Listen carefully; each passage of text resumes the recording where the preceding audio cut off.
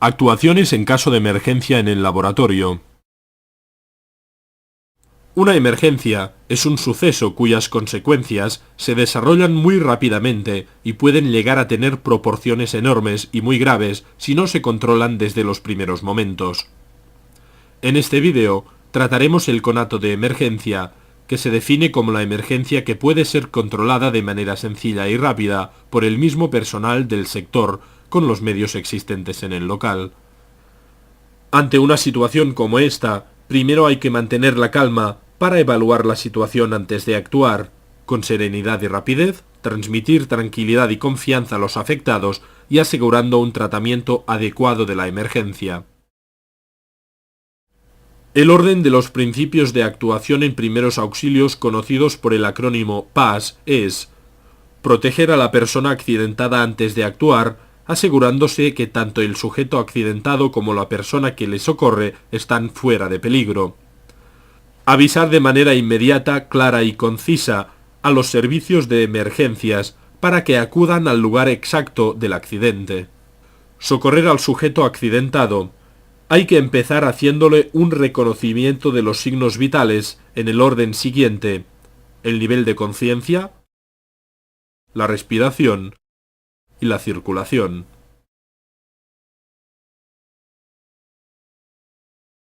Accidentes por riesgos de carácter químico.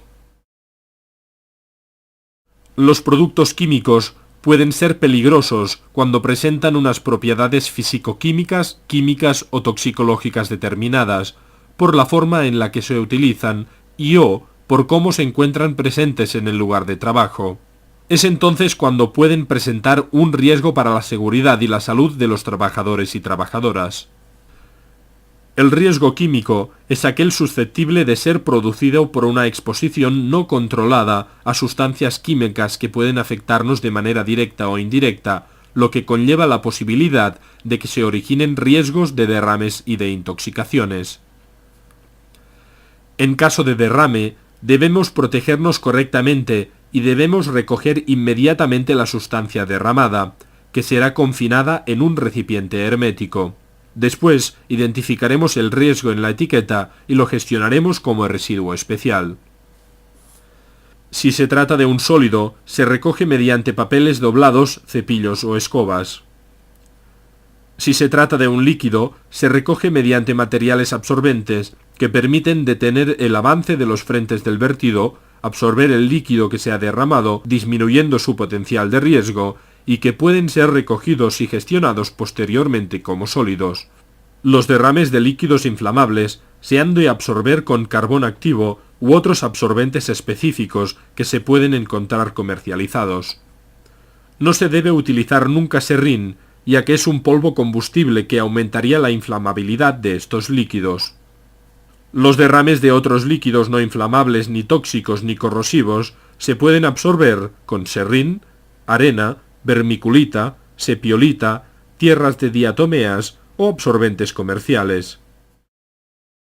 Si se produce un derrame de mercurio, se puede recoger con el colector de mercurio, o bien se puede aspirar utilizando una pipeta Pasteur, guardando el metal recogido en un recipiente cerrado herméticamente. También se puede absorber con azufre, polisulfuro cálcico o amalgamantes.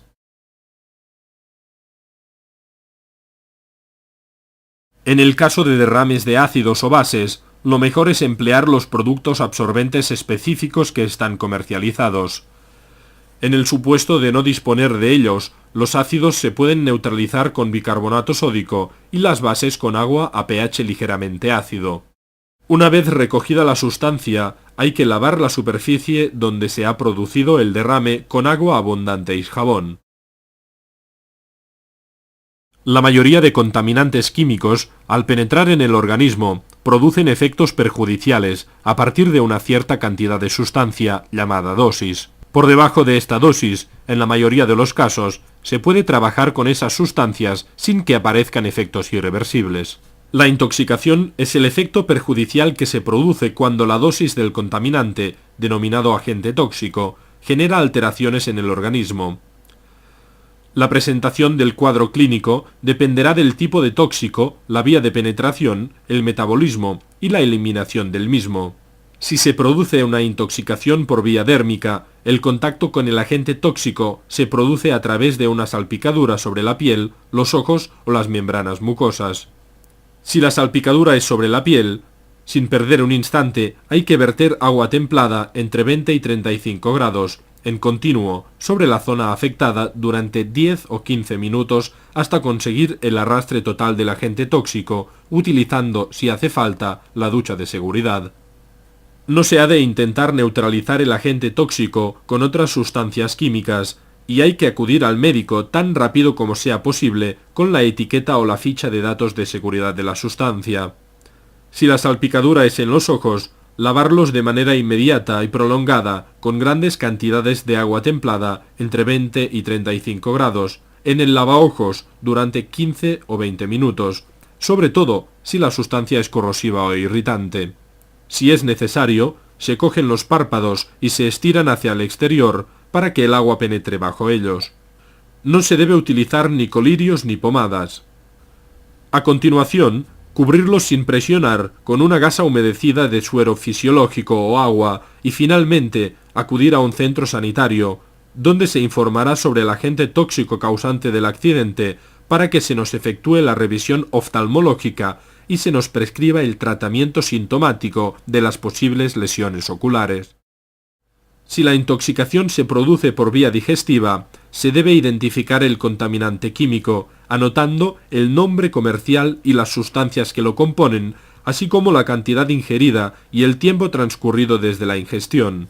Por otro lado, para evitar la absorción del contaminante químico, se debe provocar el vómito antes de las 3 primeras horas de la ingestión, con las siguientes excepciones: ingestión de corrosivos, disolventes y productos volátiles derivados del petróleo, víctimas inconscientes con alteraciones de la conciencia o con convulsiones, o embarazo. Como norma general, en caso de duda, nunca hay que provocar el vómito. No se ha de intentar neutralizar la sustancia y se debe acudir al médico tan rápido como sea posible con la etiqueta o la ficha de datos de seguridad correspondiente. Si se trata de una intoxicación por vía respiratoria, hay que protegerse adecuadamente y llevar de inmediato al sujeto accidentado a algún lugar ventilado donde pueda respirar aire fresco. Se debe identificar el humo, el gas o el vapor o el aerosol tóxico, irritante, corrosivo o asfixiante, y si es factible, actuar sobre la fuente contaminante.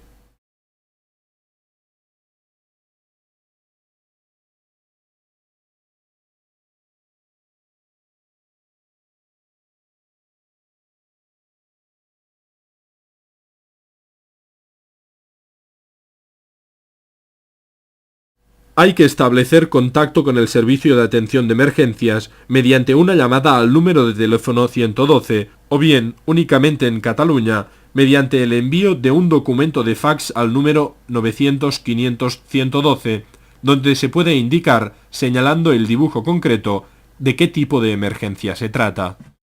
El soporte vital básico es el conjunto de maniobras y procedimientos de auxilio que se llevan a cabo para conseguir el restablecimiento de la conciencia, la conservación de la eficacia de la respiración y el mantenimiento de una circulación adecuada. Fase 1. Hay que sacudir al sujeto accidentado suavemente por los hombros, a la vez que se le pregunta por su estado en voz alta. Si responde, se le ha de dejar en posición en la que se encuentra e irlo valorando cada poco tiempo. Fase 2. Si no responde, hay que aplicar la apertura de la vía aérea con la maniobra frente-mentón, consistente en colocar la mano sobre la frente y cuidadosamente inclinar hacia atrás la cabeza y con las yemas de los dedos bajo el reborde del mentón del sujeto accidentado, elevarlo para abrir la vía aérea. Fase 3. Hay que comprobar, en un tiempo no superior a los 10 segundos, si el sujeto accidentado respira, es decir, mirar si hay movimiento torácico, escuchar si la boca del sujeto accidentado emite sonidos respiratorios y sentir el aliento expirado en la mejilla. Fase 4. Si respira normalmente, hay que arrodillarse al lado del sujeto accidentado y asegurarse de que sus piernas están extendidas, además de doblar en ángulo recto el brazo del sujeto accidentado más próximo al sujeto que le socorre, con el codo doblado y la palma de la mano hacia arriba. Fase 5. Llevar el brazo más alejado del sujeto accidentado, hacia el sujeto que le socorre, cruzando el tórax y apoyando el dorso de la mano contra la mejilla del lado contrario del sujeto accidentado. Fase 6.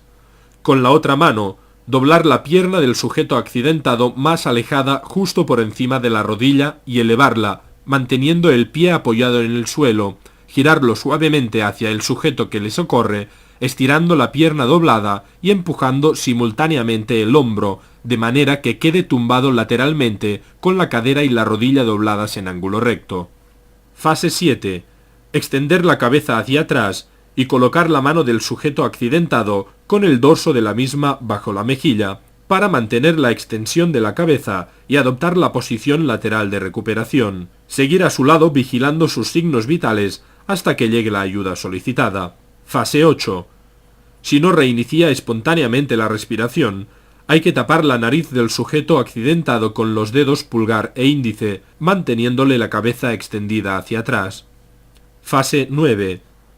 Acto seguido, hay que poner los labios alrededor de su boca y, haciendo un buen sellado, se le han de practicar un par de insuflaciones que han de conseguir la elevación del tórax de manera sincrónica con cada una de ellas. Fase 10.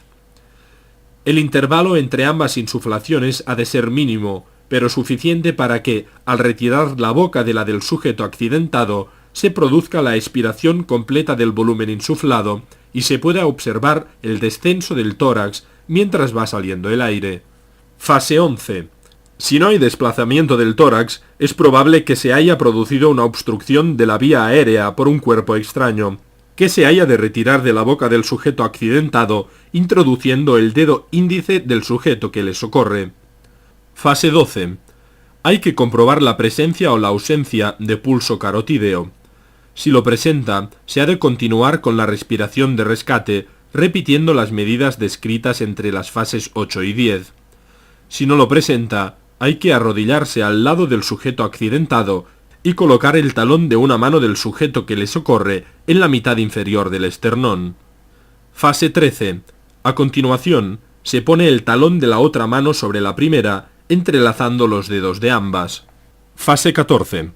Posteriormente, hay que colocarse verticalmente encima del esternón y con los brazos rectos, presionar vigorosamente para hundirlo entre 4 y 5 centímetros con una frecuencia de 100 compresiones por minuto.